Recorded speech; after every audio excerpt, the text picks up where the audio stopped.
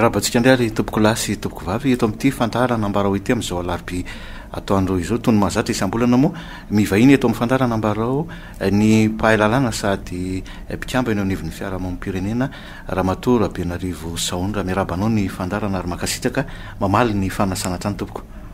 Miarabantsika rehetra tompoko. Anomboantsika ny resadresaka ny momba nyity resaka lalam-pifidianana ity moa zany niteraka-ady hevitra teo ny tsikera maro samy hafa ny fanakenana fa teo ny koa ny fanoanana n'izany volavolan-dalàna momba ny fifidianana izany. Ahoana ny fijerinareo io mampahay lalàna anao fa eo ny koa eo nivon'ny fiarahamonim-pirenena nareo an'izay lafin-javatra izay. Izy io moa ny zavatra marihana voalohany angamba dia hoe soa ihany izy io fa lalàna fehizoro na atao hoe loi organique satria voatery zany efa tapapetraka ao anatin'ny lalam-pandrenana hoe rehefa lalàna fehizoro dia misy fepetra manokana izay tsy maintsy ajaina alohan'ny andaninana io lalàna io. Ka noho izany dia nisy fotoana elaela noho ny mahazatra ahafahana ny jery sy ny resadresaka momba ny ilay volavolan-dalàna ary nahafahany ireo solombavam-bahoaka sasany nanome ny heviny na nanolotra sozikevitra momba ny andininy sasasasany ao anatin'ilay lalàna. Anisan'ny fepetra manokana momba ny lalàna fehizoro moa dia tsy maintsy ny majorité absolue zany ny 70 ny député 30 ny sénateur tsy maintsy mandany an'io lalàna io. Ka hitantsika eo raha tena olany le izy zany ary hoe tena amin'ny fomba demokratika hoe tena nisy fiezana zany hiaino ny hevitry ny atsan-daniny sy ny atsakininy sa tonga dia nalefa tamin'izao fotsiny. Izy io ve zany tsy mbola tara ve zany izy io zany zao ramatoa Sahondra Rabenarivo satria 4 volana mialohan'ny fifidianana zany tsika izao. Raha izay faharoa aizavy zany zao ny lalana satria nandalo teny amin'ny anteny meram-pirenena izy zany tamin'ny herinandro ity dia aorian'izay makaizavy zany izy avy eo. Dia avy eo izy makany amin'ny Sénat antemeran-olona zany dia lanina ihany koa raha ohatra ka misy amendement isan-karazany hoe tsy maintsy eken'ny gouvernement aloha le izy dia avy eo tsy maintsy eken'ny antemeram-pirenena ihany koa. Io moa tsy dia tena fahita eto amintsika ny fanaovana amendement na fanovana ny ilay lalàna fa raha tena misy aloha zany dia vao maika taraiky ny fandaniana azy. Fa raha tonga dia lany le izy hoe 70 ny député nandany azy tao amin'ny assemblée nationale ary 30 ny sénateur nandany azy tao amin'ny antemeran-olona dia avy hatrany izy io zany dia efa lany. Azo lazaina hoe lany ka mety amin'ny faranty herinandro ity angambany dia mety efa tapitra ny resaka fa io moa mbola ho any amin'ny HCC izy io misy test de constitutionnalité ary tsy maintsy promulgué ny filoham-pirenena tsy maintsy mivoaka ao anatin'ny gazety mpanjakana mety herinandro maromaro aty aoriana vao tena ho fantatra hoe inona ilay version finale izay lany fa ny tena important ihany koa dia ireo karazana décret isan-karazany na ny fametrahana ireo institution isan-karazany izay voalaza ao anatin'ny lalàna fa mbola tsy mipetraka tsara androany. Mbola resantsika ihany moa ny mahakasika an'izay fa hiverenako kely hoe raha tsy lany eny amin'ny anteny meram-pirenena sy any amin'ny anteny meran-dolona zany izy io dia miverana amin'ny anteny meram-pirenena dia inona zany lalàna ahafahantsika miasa sa hoe mety tsisy fifidianana filoham-pirenena ve zany amin'ny tyton'ity sa hoe ahoana? Ka ny lalàna taloha inge mbola mipetraka amin'izao fotoana izao ny 2012-005 raha ohatra ka tena tsy lany moa le izy dia ny lalàna taloha no ampiarina ary inona moa mety misy tsy maharatsy an'izay satria misy ny fanovana taloha izay efa tena mipetraka ao anaty lalàna tadiavin'izareo hiverenana ohatra amin'izany ny bileta tokana sy le bileta misaraka zany hoe tsy bulletin unique intsony no ampiasaina amin'ny 2e tour ny présidentielle fa bulletin séparé nefa ny raha lalàna misy amin'izao fotoana izao 2012-005 dia tsy azo atao mihitsy zany ka rehefa jerena inge le volavolan-dalàna vaovao ohatra ny mandroso miembitra ohatrany tsy tena le zavatra nantenaina le fandrosoana tanteraka no hitantsika ao fa mody mandroso kely atsy a fa mihemitra indray atsy a dia mety vao maika ara anahirana zany ny ampiatra ny lalàna vaovao io idirantsika lalandalina am'izay le izy zany a nisy ny sosokevitra nentinareo anivon'ny fiarahamonim-pirenena moa zany tao anatin'iny tafiditra tao anatin'le volavolan-dalàna fehizoro ve nentinareo a tonga tany amin'ny asambomera tany anivon'ny teny-meram-pirenena ihany ko misy ny tafiditra fa ohatrany tsy tena tafiditra ohatra raisiko ny resaka hoe famatsiam-bola ny papier-lezakevitra ny financement de la campagne électorale izy io zany de nisy andininy 30 vaovao anatin'ny lalàna nampidirina somatsara tao anatin'le volavolan-dalàna moa io a fa ary amin'ny farany ary amin'ny disposition transitoire de milaza izy fa ireo andininy fa 30 ireo a tsy ampiarina zany raha tsy afaka 3 taona inona no mety antony nahatonga an'zareo nanao an'izay zany ka tsy tiana ampiarina zany amin'le fifidianana amin'ity taona ity tsy fantatro ina ny antony isan-karazany mety hoe tsisy fotoana ametrahana an'ity commission de contrôle du financement de la vie politique ohatra institution vaovao mbola hoforonina mbola mila décret mbola mila inona sa misy antony hafa tsy fantatra tsara tsy fantatra mazava misy ihany koa ny ohatra hoe momba ny listem-pifidianana ny tarina ny fotoana anaovana an'le révision annuelle de la liste électorale dia raha ny lalàna androany zany no jerena dia tapitra tamin'ny 1 janoary teo ny fanaovana ny liste électorale nefa ny any lalàna vaovao milaza hoe amin'ny 15 mai indray vao tena tapitra le izy entre temps nefa ny 2 volana zao no mandalo 3 volana asa raha misy mbola miasa hatrany zany anatsara n'le listem-pifidianana ary io nefa dia anisan'ny zavatra ary amin'ny disposition transitoire tsy nilaza izy hoe ina no fepetra miatra amin'ny 2018 ilay taloha ve 31 janvier sa ilay vaovao satria ny effet rétroactif zany tsy tena mety dia misy ohatra be deabe ohatran'izany zany mampisalasala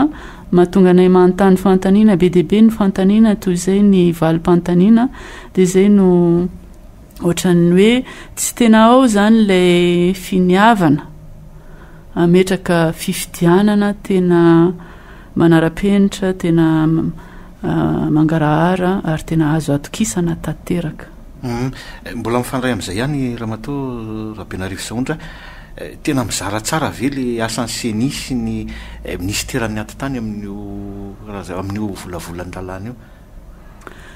ka ny seni aloha efa hatrany voalohany no somary sahirana satria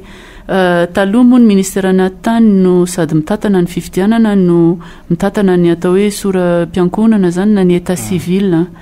dia ny maha-ministeran'ny atitany azy zany izy zany mahafantatra hoe izy daholo malagasy feno 12 taona ary manana karapanondro tokony fidy ary nanana izy ny structure administrative anaovana an'izany ampiakarina hatrany amin'ny fokotany hatrany amin'ny commune amin'ny district na fifindrona pokotany tamin'izany androny mampiakatra an'izany données isan-karazany zany ny seni nefa tsy andaniny dia institution vao niforonina de toute pièce tsy nisy ninina taloha dia niforonina dia tsy manana an'izay assise zay izy eraky ny nosy ary tsy manana natrano hipetrahany démembrement any amin'ny district any tsy misy dia lasa any amin'ny chef lieu de district izy no mipetraka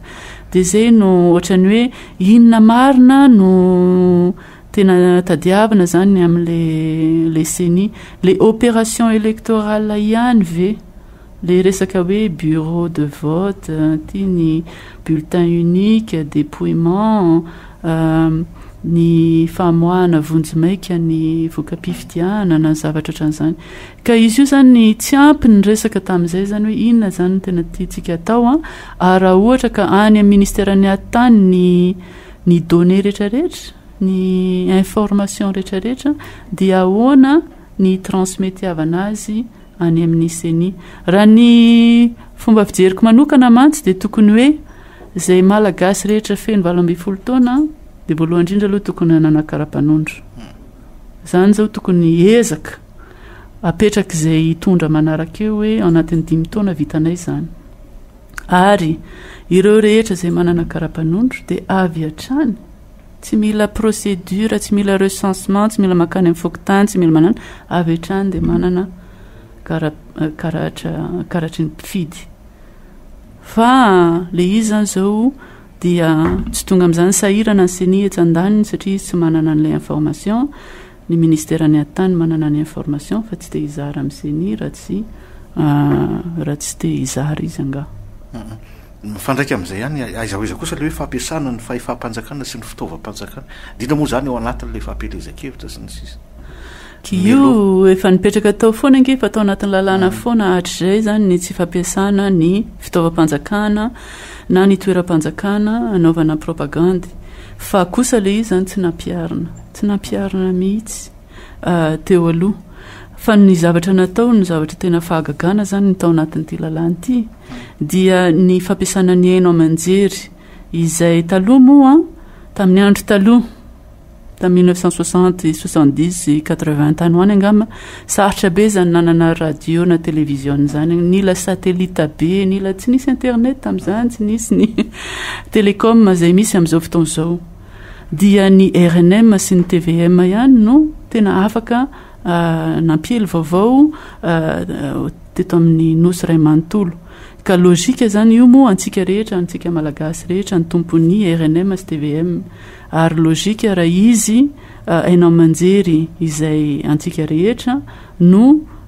garantira hoe samy manana fehim-potoana maimai-poana andefasana ny mombamomba azy amin'ny momban'ny fifidianana fa kosa tamin'ity lalàna vaovao ity zany dia ny tonga dia avy hatrany dia nilazaina hoe ny orinasa tsy miankina secteur privé dia tsy maintsy manao an'izay kio ary raha tsy manao izy dia misazy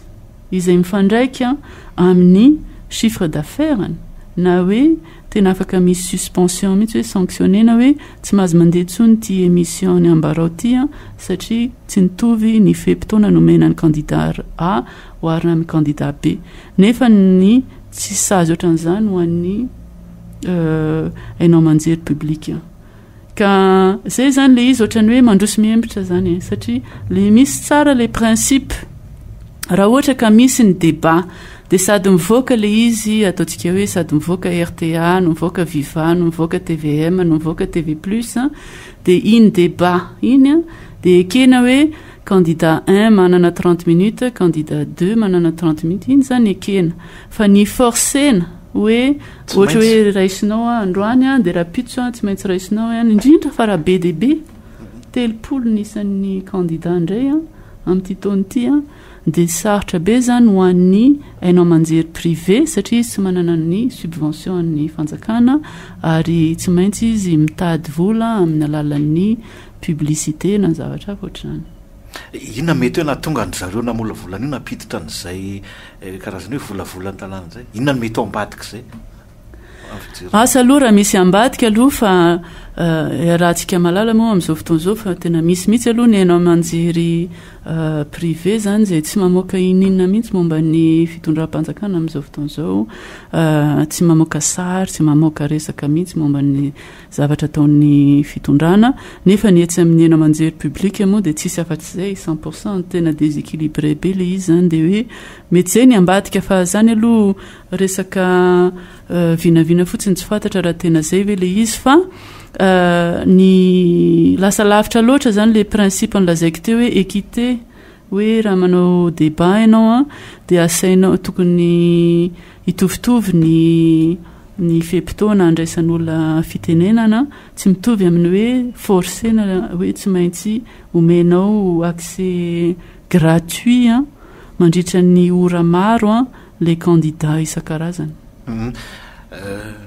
ny pré-campagne indray ahoana ny mahakasika azy io koa zany dia anisan'ny zavatra tsy nikitiana mihitsy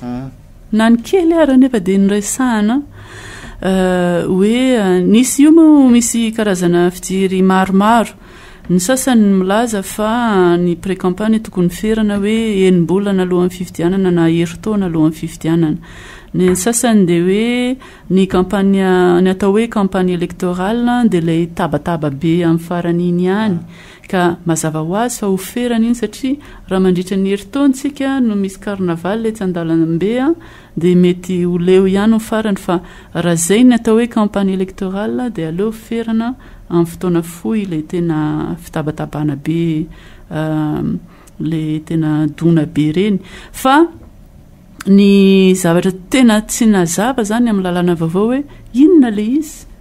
tsy nisy définition inona no atao hoe campagne électorale tabataba be ve sa mampivory olona ve sa manao conférence télévisée ve sa ohatra hoe raha anao fetiny antoko politika hoe di feny 5 taona ny antoko politika anay campagne ve zany ka io moa zany anisan'ny zavatra mampalahelo satria tsy nikitihana mihitsy zany le izy dia samy anao an'izay tiany fa ny sasany moa manana ny fahefana anasazy dia ny sasany tsy manana ny fahefana anasazy.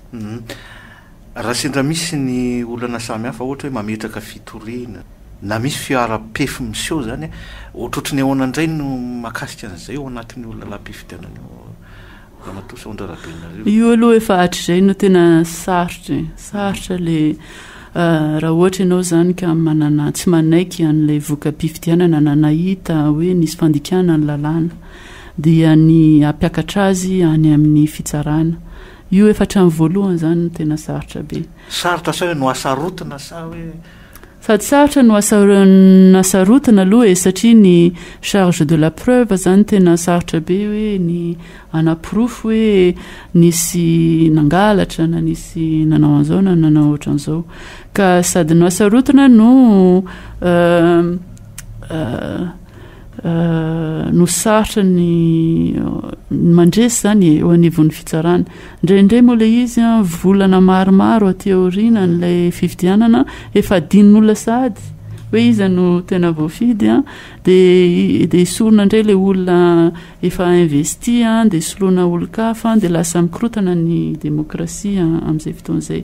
ka ozy hoe le resaka contentieux io aloha tena zara fa misy izy io eran-tany ny tamin'ny tany Amerika tamin'ny Al Gore sy George Bush tamin'ny 2000 ihany no tena niakatra Cour suprême des États-Unis zany le izy satria tao Florida zany tena efa kaiky be le résultat dia nangataka ny candidat hoe averina isaina fa c'est un cas exceptionnel tokony tena exceptionnel zany miakatra fitsarana zany ary tena miakatra fitsarana le izy dia tena fondé ary tena misy proof ary tena zavatra zany fa ny aty aloha heritaona aty aloha no efa tokony milamina mba tsy hisy zay contestation zay satria sady za aloha tsy mino hoe ohatran'ny hitako sarotra be hoe ny fitsarana no anapaka farany nefa tokony hoe safidim-bahoaka zany no manapaka azy. Amin'tinana an'izay rehetrarehetra milohan'ny ivadiantsika resaka hafa kely tena hoe tombona sy jerino avy hoe sa natao hoe akanjo an'izao fitondraan'izao lalahy-pifidianana io raha ny fijerinao hoe akanjo natao atonona an'izao fitondran'izao fotsiny fa tsy mijerino avy sa tena mijery an'izay ho avy rehetrarehetra. Raha ny fijeriko manoka aloha tena tsy mijeriny ho avy izy ary izay ny tena zavatra mahagaga satria ohatrany hoe hitako hoe anisan'ny fomba andresena lahatra ny vahoaka ny fampisehoana hoe tena mijeriny ho avy hoe tena manao ny tokony atao fa tsy ny hoe tiako atao irery ihany ary ny zavatra tena mahagaga ihany koa zany io moa efa voalaza hoe les jeux démocratiques zany tsy mody milalao akory izy ny démocratie ary izay no tena sady mahagaga no amin'ny lafiny ara-politika moa zany satria manjary vao maika tsy resy lahatra ny mpifidy no etsy andaniny amin'ny lafiny ataontsika hoe intellectuel na éthique hoe fa inona ihany no tena inona ny principe directeur hoe tena te ametraka fifidianana mangarara ve sa andresy amin'ny alalan'ny fifidianana tsy mangarara zany hoe dia mahafapo zany hoe dia everina fa tsara ho an'ny firenena sy na ilay politisianina mihitsy ara satria mety tsy andeha lavitra ianao raha izay ny fomba fitondranao ny raharaha-pirenena. Ivadika amin'ny lay hetsika natao tamin'ny herinandro lasa teo intsika le hoe hetsika aok'izay nareo anivon'ny fiarahamonim-pirenena moa nisa mitondra ny feon'ny vahoaka, mitondra ny etaetan'ny vahoaka, ny lafiny tsy fandriam-pahalemana sy ny tsy filaminana amin'ny ankapobeny totosa lay hetsika naomby ahoana no ijerenareo taratra no avy zany taorianan'iny zany. Tsara aloha ny fisian'ny hetsika ohatran'ireny mampalahelo tsara mampalahelo zany satria efa tena grave be zany matoa ny olona sarotra be ny mobiliser olona tena tsy maintsy efa tena tesitra izy ary tena leo fa ny zavatra tsikaritra dia ohatran'ny tsy nisy valiny le izy tsy nisy hoe henonay ny hetsikareo miezaka zahay zao no zavatra ataonay tsy misy firy ny tena hoe résultat palpable moa zany no afaka tena azo raisina hoe enony fitondrana le izy nefa ny raha ny amin'ny demokrasia isan-karazany le hetsika be ohatran'ireny le ny olona nge matetika tsy de tena te hidina izy any an-dalambe mila courage zany ary mila tena volonté be mihitsiny ka tokony mba jerevana ihany le izy ary nona hoe tena efa grave les situations fa tsy valiana resaka fotsiny fa valiana zavatra concret tena miseho tena mivaingana hoe zao no zavatra vitanay ary ataonay fa izy io moa tena resaka confiance ny farany tsy mahatokontsontsika hoe tena manao ny asa tokony ataony ny mpitandro ny filaminana dia zay no asa be zany tsy ho vita vetivety tsy anatin'ny 2 andro fa raha mba au moins izy zany milaza hoe zao ny ataonay amin'ity volanyity amin'ity taon'ity rehefa afaka 5 taona dia mety ho zao ny situation fa na izany raha ohatran'ny tsy hitakory ka nano fifanantonana raha ohatran'ny tsy nisy akory hatramin'izao ka zay ny zavatra mampalahelo ary tsy dia tena atao hoe mahagaga intsony zany fa mampalahelo. Isaorana ianao ny vahiny teto amin'ny fandarana Ambarao tamin'ity androanyity ramatoa Sahondra Rabenarivo. Misaotra anareo ary mandrapiresaka indray ary. Mametraka ny mandrapitafa amin'ny fotoana manaraka indray ary tsika tompoko lahy sy tompoko vavy eto amin'ny fandarana Ambarao veloma tompoko.